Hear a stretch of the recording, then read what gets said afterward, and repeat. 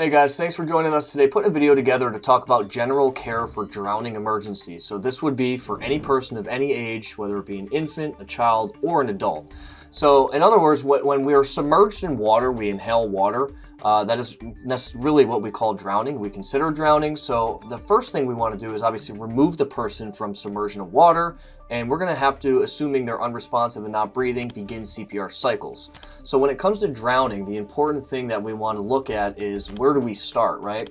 Traditional CPR has us starting with chest compressions. We would do 30 chest compressions and then we would give our 2 breaths.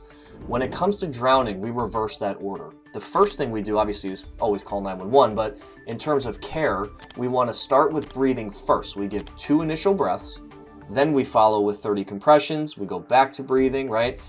Back to compressions, back to breathing, back to compressions, and we'll do cycles that way. So we just really flip the order in which we actually begin care for CPR. And of course, the first and foremost thing is scene safety. Obviously, we want to remove the person from water, get them to flat, dry land, a surface that is flat and firm. We're activating EMS, calling 911. If there's an AED machine on site, we're going to grab that along with the first aid kit. So we're really talking more about the actual care part of the check call care sequence that we have, in which we start with breathing and then jump into compressions next. So hopefully you guys enjoyed the video today, understanding how to care for drowning victims. Thanks.